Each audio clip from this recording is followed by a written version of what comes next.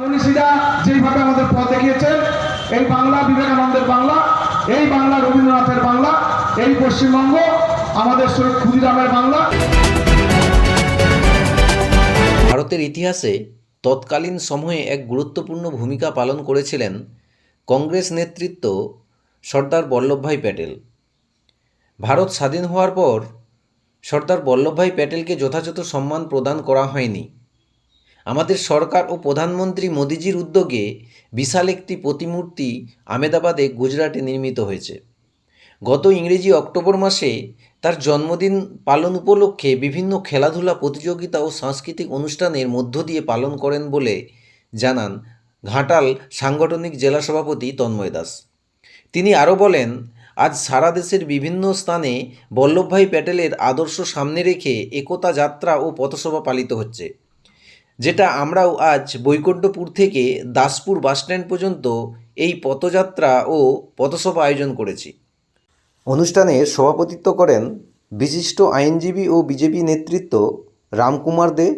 উপস্থিত ছিলেন কালীপদ সেনগুপ্ত, তপন দত্ত, তপন মাইতি, প্রশান্ত বেরাসহ অন্যান্য নেতৃত্ববৃন্দ।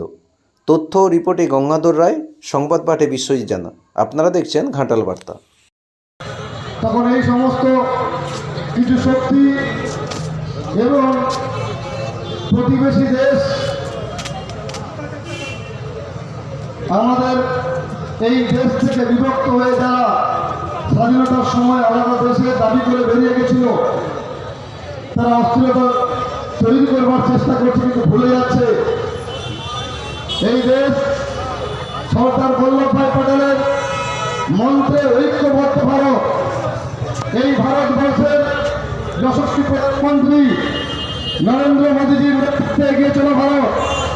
এই ভারত পৃথিবীর যে কোনো প্রান্তে দাঁড়িয়ে থাকা শত্রুদেরকে আগলহমায় বিনষ্ট করে দেওয়ার ক্ষমতা রাখা ভারত।